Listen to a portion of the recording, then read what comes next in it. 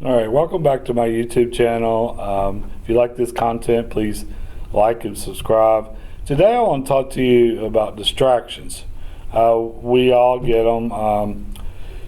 Whether you're a new driver or a very experienced driver, we get distracted. And when we're driving, the thing of it is not the distraction's fault, it's your fault for being distracted. So you got to learn to tune things out. This is coming from my classroom, so bear with me on the chart here. But what you're facing every minute of every day when you're driving is distractions. Whether it's a kid running out in front of you, or somebody opening up the car door, or going around a trash can, or a car not paying attention. Maybe they're texting, maybe they're just not paying attention. So there's distractions. So you got to learn to tune them out. There's some distractions we want to talk about today. Also, too, what you need to know is you need to know you're 100% responsible. Okay, regardless of the distraction, you're 100. If you're the driver, you're 100% responsible. Here in our local state, here, the very first sentence of the very first chapter of the very first of the handbook it states this: driving is a legal privilege and responsibility.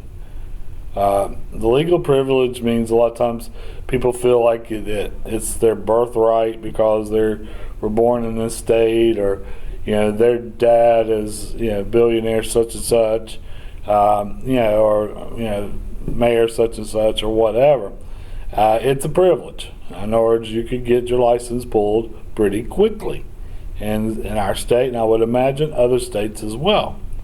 Okay, so but I want to focus in on responsibility, especially you new drivers. A lot of you new drivers that will be getting your permits and your level 2s or intermediate license or your real license when you get 18 or older.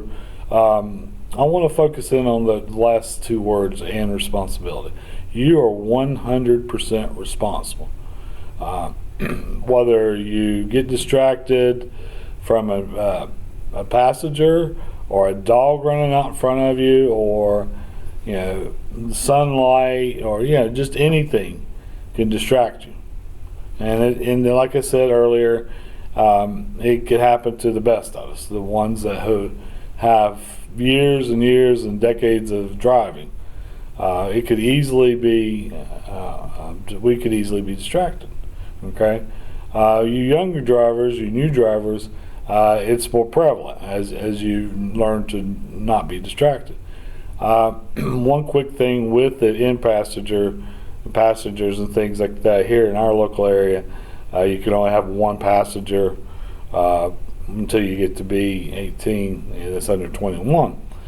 But even, let's talk when you're a young adult, like 18 and older even, I wouldn't put anybody in my car that would not listen to me. If I tell them to turn down the radio, if I tell them to turn the air conditioner on or whatever, I want them to listen to me.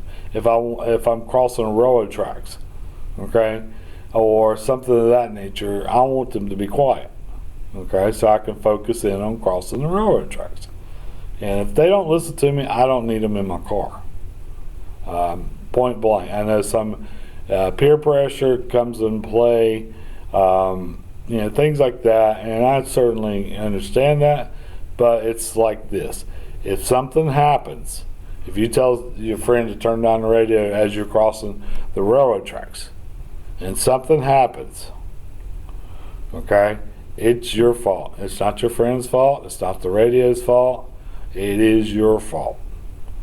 Depending on the circumstance here in our local state, you could be facing jail time, depending. I don't know all the rules, don't plan to know all the rules, but I just know that you're 100% responsible. Okay? So, with that said, if you'll look at my little chart, sorry it's kind of not professionally done, but you should be able to get to. These are two exercises that, if you think about it, I want you to envision some things when you're driving. But if you think about it, if you'll draw a line across and then down and put inside and outside, a number 1 to 5, 1 to 3, however you want to number. Either way is fine. Okay.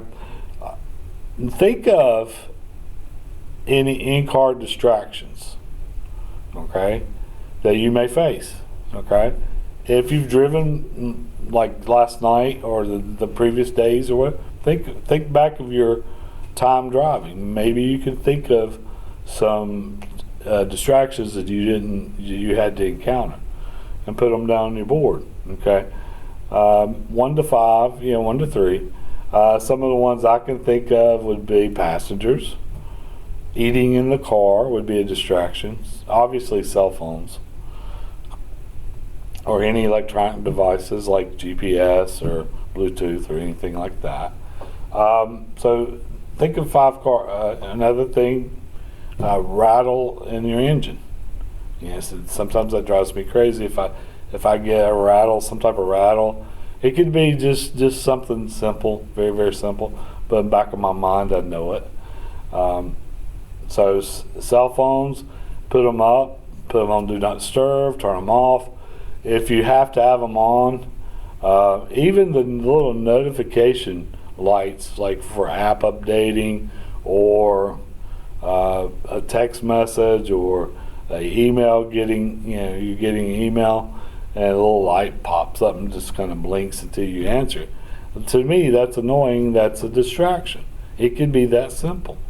Another in-car distraction would be children. I know that's passengers, but if you've got 2 siblings or 2 young children in your car, 1 young child, make sure you give them something to do. If you know they're very talkative, normal type children, give them an iPad. Give them a board game. Give them some coloring books.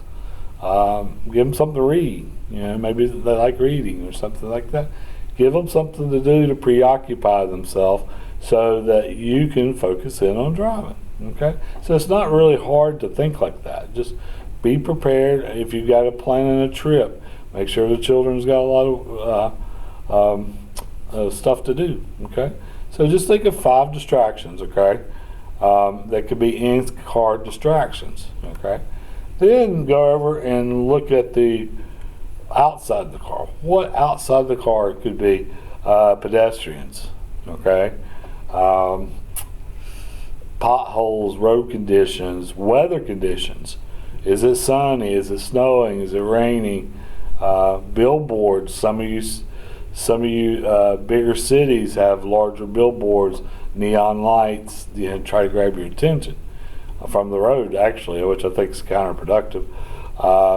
Some cities don't. Some cities have sign ordinance. So there's a lot of different outside the car distractions. It could be a wreck that you're waiting to get through. It could be somebody outside, a dog, a child running across, somebody opening up the car door, a trash truck, mail truck, dump truck, any type of truck you got you can't see. Maybe the visibility is not good. Just all kind of host of reasons. So think of 5 outside the car distractions. As you think of it, maybe if there's a lot of road construction on one road, maybe go another route. If there's a lot of potholes, go another route. If it's rush hour and it's really busy where you're at, leave 30 minutes earlier than you normally would. That way you get to your destination. You're early, but at least you don't have to fight the traffic. So that would be a distraction. Having to deal with a lot of traffic, rush hour traffic. School buses could be a distraction. So there's a lot of distractions that could be really play a pretty important part to your drive, whether it's to school, from school, back to work, from work, that type of thing, or just to the grocery store. Parking lot's huge distraction. You got buggies, you got kids, you got dogs sometimes, service dogs. You got people just, once you're in a parking lot like at a grocery store or something of that nature, you really have to focus in on everything, because people leaving out of the parking lots and things like that are not thinking, I got to get home, I got to get supper started, I've got to make sure homework's done, dot, dot, dot, dot, dot, dot, and they're not seeing your car. They're not focusing on your car at all. Same thing with road construction. Those guys are working in heat. Those guys are working extreme cold. They've been out there 10, 12 hours a day or longer, and they don't really know where they're standing sometimes because they're working. And so adjust your car away from them. Obviously, that could be a distraction. So you have to be the eyes and ears for them, okay? It's really important. Obviously, you don't want to hurt anyone. All right, so this next little graph, this is really important, the second one here. I want you to draw a line like I've done and put life on one side, put death on the top of the line going down, and then over to the right, my left, put 48,000 / 800,000. Then draw 6 circles, 2 away from the line, 2 in the middle, and 2 on the line. Okay, so first of all, with driver's ed and all the driving schools, we have a lot of stats. And by the time this recording, you listen to this recording, watch this recording, the stats could change. Okay, so this is just what I know right now in the present, into 2022 January, but it could change tomorrow. So, but just understand there's a lot that could go on. Okay, so let's start over to the 48,000 real quick. 48,000 people are killed usually in the car by distractions. Okay, 48,000. I think that equates out to 12 to 15 every 12 to 15 minutes. So that's a lot. Okay, maybe 12. Okay, 800,000 are permanently injured due to distractions. I didn't say drinking and driving. That is a distraction. I said just regular, normal, everyday distractions. Okay, so that's a lot. That would be equivalent of a big city here in North Carolina. Okay, so it could be pretty large amount. Okay, then the life, obviously, you want to have your life. Okay, the circles, if you can think of 2 things outside that are safe. Give you examples: driving the speed limit. Okay, driving the speed limit. Give you safe. Maybe wearing your seatbelts. Okay, driving sober. Just so you can kind of get some ideas. The middle 2, think of things that you do every day or someone does every day that are dangerous, but they may not kill you yet. I mean, it may not ever happen, but it could. But then it's not safe. Would be, give you an example, eating in the car. A lot of people eat in the car because they're so rushed for time to get from job to work or job site, or get the children from school to dance class to swimming, so they eat in the car. Okay, a lot of times you eat in the car, nothing happens, but it only takes that one time, and you could cross that line. The line middle is death. Okay, and so the 2 on the line, think of things that could put you on the line or even over the line. Once you go over the line, that's all. That's all it wrote. Your parents are coming to the morgue to identify you, or your loved ones, or your kin. Okay, so that's not a good situation. Speeding, drinking and driving, cell phones, texting, GPS, any electronic devices could put you over the line. Let me explain one other thing with speeding. Even though it's a distraction because you're going to get there, and you're focusing on the road, something could distract you. But think of it this way: most tires are speed rated for about 85 to 90 miles an hour. And I'm sure there's brands out there that are rated a little more, a little less, but just on average. So that means if I'm going 90 miles an hour, 95 on the interstate, and I blow a hole in my tire, because of the extreme pressure that I've built up. Once you blow a hole in the tire, you'll probably flip and then you'll cross that line. Okay. I did unfortunately have a student last summer, not this past one, but the one before, in 2020. That's exactly what happened to his father, and now he has to live with his grandparents, and they're great grandparents. But just his dad is no longer with us. He died at a very early age. I think he was in his early 40s. Okay, so just be aware of that. The thing with speeding too, obviously, even though people think, oh wow, I could speed up and I'd get to my destination quicker. There's studies that I could prove to you that from 55 to 65, you're only going to get to your destination on average about 3 minutes quicker. That's all, from somebody going 55, from somebody going 65. So you have to ask yourself, is it worth it? Okay, is it worth getting close to this line? Okay, is that worth it? Another thing, people like to pass people. Okay, it takes about 10 to 15 miles an hour, in most cases 15, to pass, depending on if it's going uphill, downhill, or if it's a 2-lane road or 4-lane, depending. But it takes about 15 miles an hour faster to pass someone, to overtake the vehicle, get back in your lane. So is it worth going 75 miles an hour? Each mile an hour you go faster, you get closer and closer to this line, and you don't want to be. Okay? So when you're learning to drive, whether you're a teenager or whether you're an adult driver, you want to learn good habits that forces you left of the line, to the life.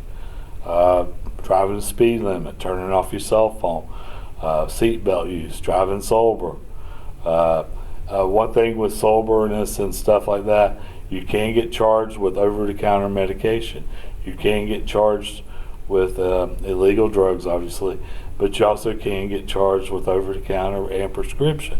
So if there's medication that you're being prescribed, take the medication first and see how it's going to act to you. Everybody's different when it comes to medication, so that could cost you to get closer to the line.